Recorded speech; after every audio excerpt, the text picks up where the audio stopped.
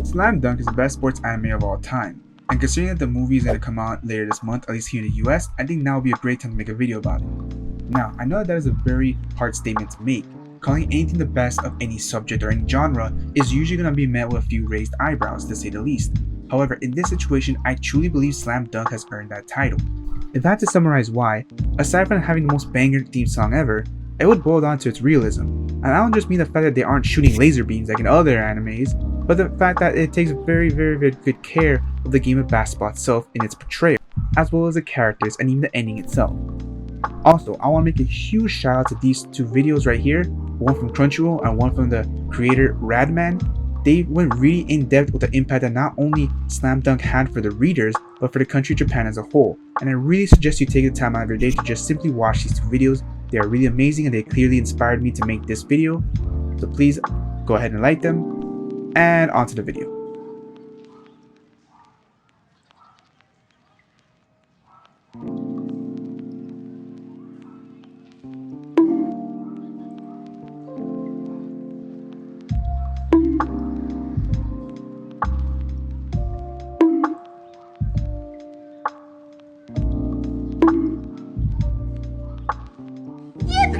So you're probably wondering why I just showed you those clips. Well, in basketball, when there's very few time left in regulation and a player does not have time to dribble up the ball, a full court shot or a half court shot is usually needed. This is because since the time is about to expire and if the ball is still within your hands, a shot will not count, so you stand nothing to lose by just simply throwing up a Hail Mary. Occasionally, on rare occasions they do go in and they're usually very epic. Now, why am I bringing this up? Tell me which anime you've ever seen them actually show this part. Tell me which anime you've ever seen that say the sneakers making those noises on the hardwood. Well, the only one I can think about is Slam Dunk. And again, this may seem like a very minor detail, but it just comes to show how they're trying to keep the game as authentic as possible. Another example is how not all games are won by a single basket. Not all games are done by a single goal. Not all games are won by a last minute block. A lot of the times games end in, let's say, maybe 2 or 3 possession games, which is perfectly fine. In the screen, you're probably seeing Saguraki make one of the most epic dunks to finish off Ryonan and get Shohoku Internationals. Does that make it any less epic when you figure out that Shohoku is up by 4 points as opposed to winning by 1 point or 2 points? No, of course not. They still went down to the wire. It just was finished with 2 possessions, and there are many times in real life where amazing games end in 2 possession games, where some most memorable epic game 7s, for example, finish with there being a 4-point deficit. This is very common, and one thing I don't like about other anime finishing off with 1 point is that it gives the illusion that for something to be amazing it has to go down to the very last millisecond. This isn't true at all. There's, well, I guess 48 minutes, there's 47 other minutes. I say that because usually in the NBA there's 12-minute quarters, but let's say there's 8-minute quarters, 10-minute quarters, 20-minute halves, as some of them have it. Just because it didn't go down to the very last point doesn't make it any less rewarding. And Slam Dunk knows that. A lot of games don't end with 1 point. They end with 2 points, 3 points, random points that spread out like that. And that's something that I just have not seen in Akihiro no Sora that often. I don't see this often enough in Kuroko's Basket. I don't see this often enough in Left Hand Layup, etc, etc, etc. However, on the flip side of that, defeats aren't always at the hands of one massive dunk from the opposing team. They aren't always blowouts. They aren't always one enemy, let's say, outplaying the protagonist that sets him off in his character development. Sometimes you lose a game by 1 possession because you fumbled the bag. Sometimes you lose because you simply passed it to the wrong person thinking that they're your teammate. And I feel like Slam Dunk perfectly illustrated that with their loss against Kainan Auxiliary. The reaction of the players was the first time I actually reacted alongside the players. If, let's say, there's a rebound, there's 1 point left that you're down, you're either gonna go for the shot, you're gonna make it or miss it, etc. I never thought in a million years a sports anime end with a player simply passing it to the wrong teammate. But here's the thing, that is the reality of the game of basketball, and that is the reality of sports in general. I've seen plenty of kids throw the ball, fumble the ball out of bounds, dribble the shot clock out, etc, etc, cry like crazy, and then make improvements, which is what happened here with Sakuragi. Because people make mistakes. I see this in youth leagues all the time. Kids miss both free throws and they start crying afterwards. That is the reality of sports. And that's something that I love Slam Dunk for, showing us moments like that where people can be human and make the most tiny mistakes instead of dunking from the free throw line over a 7-foot tall player and making the most epic victory of all time. That's just not how real life sports are. I want to briefly talk about the panels and how well they emulate real life basketball, its fluidness, its swiftness, etc. Basically, a lot of those panels are just copied from real life moments in the NBA. However, I won't go too much in detail because, like I said, Radman made a very good video explaining it, so please go ahead and watch that one instead.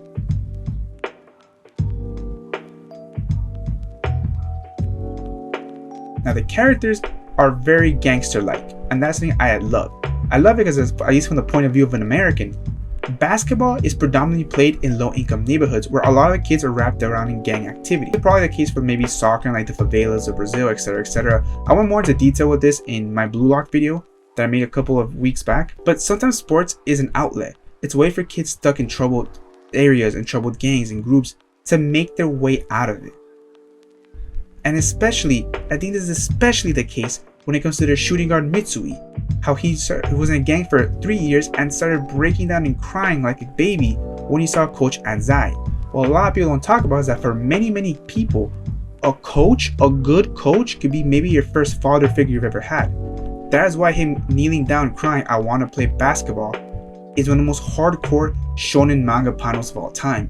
It is not a massive fight against a 10-headed dragon. It's not a crazy 1v1 against 2 ninjas. No, it is a moment in which somebody is being human.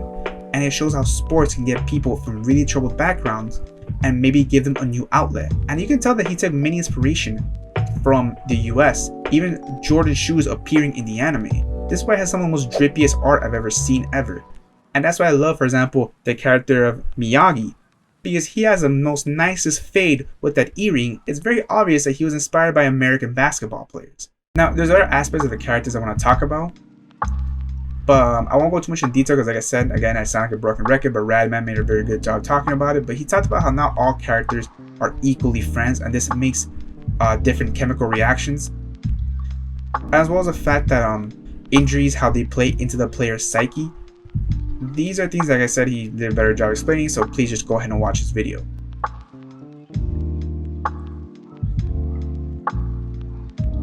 Now, the ending. I'm gonna tell you right now, I love the damn ending. I loved it because even though, yeah, it ended abruptly, I did kind of see that it was coming because just how epic the second round was.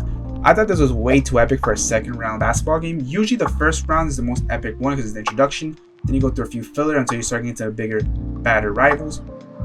I knew that they weren't going to win. I just had the feeling. And I love the fact that it ended with them losing. The reason why is simple. In real life, you don't always win. But it doesn't change the fact that the memories you created. I know that's super cliche. Like, it's not, maybe the journeys of friends you made along the way. But it's the truth. In sports, you're not going to always win. In the NBA, there are 30 teams. Are you telling me that 29 teams do not have a story to tell? Are you telling me that there's almost 400 players who aren't going to win each year? Many of them won't even ever win a playoff series. The vast majority of basketball players don't even win a playoff series in their career. It is a truth because half of them don't even make it to the playoffs. You tell me that they don't have a story to tell?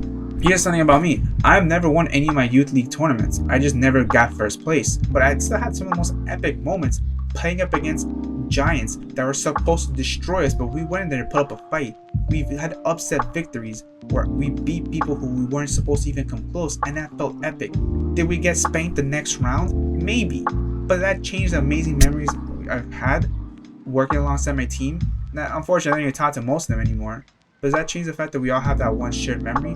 Of course not. And I'm sure that people Shohoku will always have that second round victory in their mind.